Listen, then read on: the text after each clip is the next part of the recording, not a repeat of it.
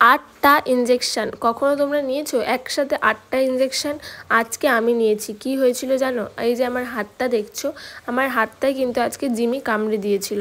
তো এরকমভাবে তো কোনো দিনই কামড়ায় না, হয়তো খেলার বসে একটু আধটু লেগে যায়, কিন্তু আজকে কিন্তু আমাকে কামড়ে দিয়েছিল। আজকেরও হয়তো খেলার বসেই লেগে গেছিলো। তো দাদা আমাকে নিয়ে চলে এসেছিলো হসপিটালে। আর এখানে দাদা আর আমি হসপিটালে ছিলাম। দিনটা ছিল একদম বৃষ্টির, কেননা আজকেরই নাকি পশ্চিমবঙ্গের মধ্যে আছড়ে পড়তে চলেছিল রেমাল ঝড়। তো প্রচুর বৃষ্টি হচ্ছিল, ঝোড়ো হাওয়া হচ্ছিল। এর মধ্যে দাদা আমাকে নিয়ে চলে এসেছিলো হসপিটালে। আর ফার্স্টে এই যে আমরা বসে আছি, এর আগে কিন্তু আমাকে 5টা ইঞ্জেকশন পুশ করা হয়েছিল। আর হাতটার অবস্থাটা দেখো, ঠিক এরকম হয়েছিল, পুরো লাল লাল হয়ে গেছিলো যেখানে আমাকে কামড়েছিল, আর এরকমভাবে ফুলে গিয়েছিল। তো রক্তটা মানে অল্প অল্প বেরিয়েই যাচ্ছিলো। আর এই যে আমি এখন বসে রয়েছি, এরপর আমাকে আরও 3টে ইঞ্জেকশন পুশ করা হয়, মানে টোটাল 8টা ইঞ্জেকশন আজকে আমাকে দেওয়া হয়েছিল।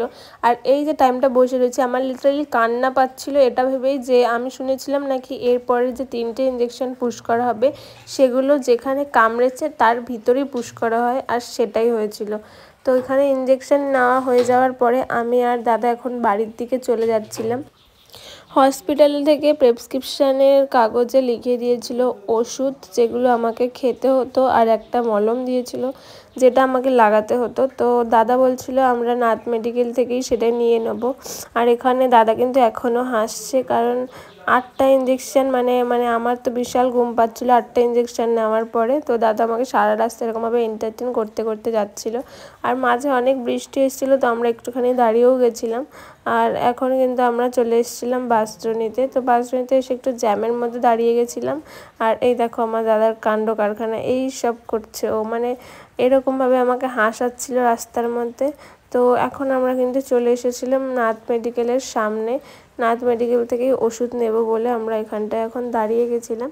তো আমি সাধারণত মেডিসিন খাই না, যারা আমাকে খুব চেনে ভালো করে তারা জানে যে মানে মেডিসিনের প্রতি আমার একটা অ্যালার্জি রয়েছে। কিন্তু এইবারে আমাকে এই মেডিসিন খেতেই হতো, মানে দাদা আমাকে বলেছিল খেতেই হবে, কোনো কিছু করার নেই। তো এখানটায় যেই হাত দিয়ে আমি ভিডিও বানাচ্ছিলাম, মানে আমার ডান হাতে কামড়ে দিয়েছিল। তো বারবার ডান হাত দিয়ে ভিডিও বানানোর জন্য ডান হাতটা ব্যথাও হচ্ছিলো আমার, কিন্তু কিছু করার নেই, ভিডিও না করলে তো আমি পোস্ট করতে পারবো না, তোমাদের সাথে শেয়ার করতে পারবো না। তো তাই জন্য আমি ভিডিও বানাচ্ছিলাম। আর এখানে আমাদের ওষুধ নেওয়া হয়ে গেছিলো, আর এত বৃষ্টি হচ্ছিলো না, পুরো ভিজে গেছিলাম আমি আর দাদা। এখানটায় আমাদের এই যে গাড়ি রয়েছে, আমরা এখন গাড়ি পর্যন্ত যাব, অ্যান্ড দেন তারপরে আমরা বাড়ি যাব। তো একটুখানি দাঁড়িয়েছিলাম যেহেতু বৃষ্টি হচ্ছিলো, আর দাদা ভিতর থেকে আসছিল। আর এখানে আমি চলে এসেছি, এই যে আমার দাদা। তো দাদা বলছিল দে, অনেক হলে তুই আমাকে দেখাচ্ছিস, আমি তোকে দেখাই। তো এই যে আমি মানে একদম নর্মাল বাড়ির ড্রেস পরে চলে গেছিলাম হসপিটালে। আর এখানটায় দাদা দেখাচ্ছিল যে হাতটার কী অবস্থা। হাতটা কিন্তু অনেকটাই ফুলে গেছে, দেখতে পাচ্ছ। তো এরকম ফুলে গেছে হাতটা ইঞ্জেকশনটা দেওয়ার পরে। 8টা ইঞ্জেকশন মুখের কথা না গাইস নেওয়া, 2 হাতে 2টো করে 4টে, আর একটা হচ্ছে হাতের মানে মধ্যিখানে 5টা, তারপরে যেখানে কামড়েছিল সেগুলোতে দিয়েছে। টোটাল 8টা ইঞ্জেকশন দিয়েছে। আর এখন দাদা আমাকে নিয়ে বাড়ি চলে যাচ্ছিলো, বৃষ্টি তো কমছিলই না। তো এখন যদি আমরা দাঁড়িয়ে যেতাম তাহলে আমরা আর ঘরে যেতে পারতাম না, কারণ কন্টিনিউ বৃষ্টি হবে এটা নিউজে বলেছিল, যেহেতু ঝড় আসছে তাই জন্য। তো ওই জন্য দাদা আর আমি চলে যাচ্ছিলাম। আর এখানে যে বৃষ্টির ফোঁটা পড়ছে এগুলো দেখাও যাচ্ছিলো। তো এখানে আমার দাদাও কী বেশ বলছিলো, আমার অতটা মনে নেই। ও হ্যাঁ, ও বলছিল তোমরা তাড়াতাড়ি করে চ্যানেলটা সাবস্ক্রাইব করে দাও আর লাইক করতে ভুলো না। কাদের বাড়িতে কুকুর বা বেড়াল আছে অবশ্যই আমাকে কমেন্ট বক্সে জানাও, অ্যান্ড কারা এরকমভাবে কামড় খেয়েছো। আমি তো আজকে যেই কামড়টা খেয়েছি মানে বিশাল খতরনাক, এরপরে আমি ওর পাশে 3-4 সপ্তাহ যাব না, মানে যতই হোক যাব না বললেও এটা হয় না, কেননা আমরা আমাদের বাড়ির পোষ্য কুকুর বা বেড়ালকে অনেক বেশি ভালোবাসি। আর তারপরে এখানে বাড়ি আসতে আসতেই চলে এসেছিলো আমাদের গ্লসারি আইটেমস, যেগুলো আমরা অর্ডার করেছিলাম আগের দিন। তো মা তো উপরে রান্না করছিল, দাদা আর আমি নিচে এসেছিলাম অর্ডারগুলো নিতে। তো এত বৃষ্টির মধ্যেও কিন্তু এরা অর্ডারগুলো দিতে আসে, এটা মানে ভেবেই অনেক ভালো লাগছে। তো এখানটায় অর্ডারগুলো চলে এসেছিলো, এই যে দাদা নিয়ে এসছে। আমি তো যেতে পারছিলাম না কারণ আমার হাতে ব্যথা। তো দাদা এখানে মিলিয়ে নিচ্ছিল যা যা অর্ডার ছিল, আর ছিল একটুখানি চাল। তো এই যে এই দাদা অর্ডার দিতে এসেছিলো। তো বৃষ্টির মধ্যে বাইরে দাঁড়িয়েছিল, এখন অবশ্য বৃষ্টিটা একটু কমেছিল, সেটা সমস্যা না। তো অর্ডার দেওয়া হয়ে গেল অ্যান্ড এবার পে করার পালা ছিল। আমি এখানে মিলিয়ে নিচ্ছিলাম যে কী অর্ডার।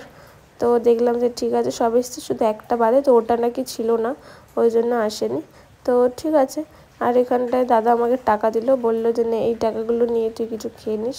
ওই টাকাগুলো আমাকে দিল, মানে ভাবতে পারছো ওই 4 টাকা দিয়ে নাকি আমি খাবার খাবো, মানে এইসব ও ভাবনা চিন্তা ওর।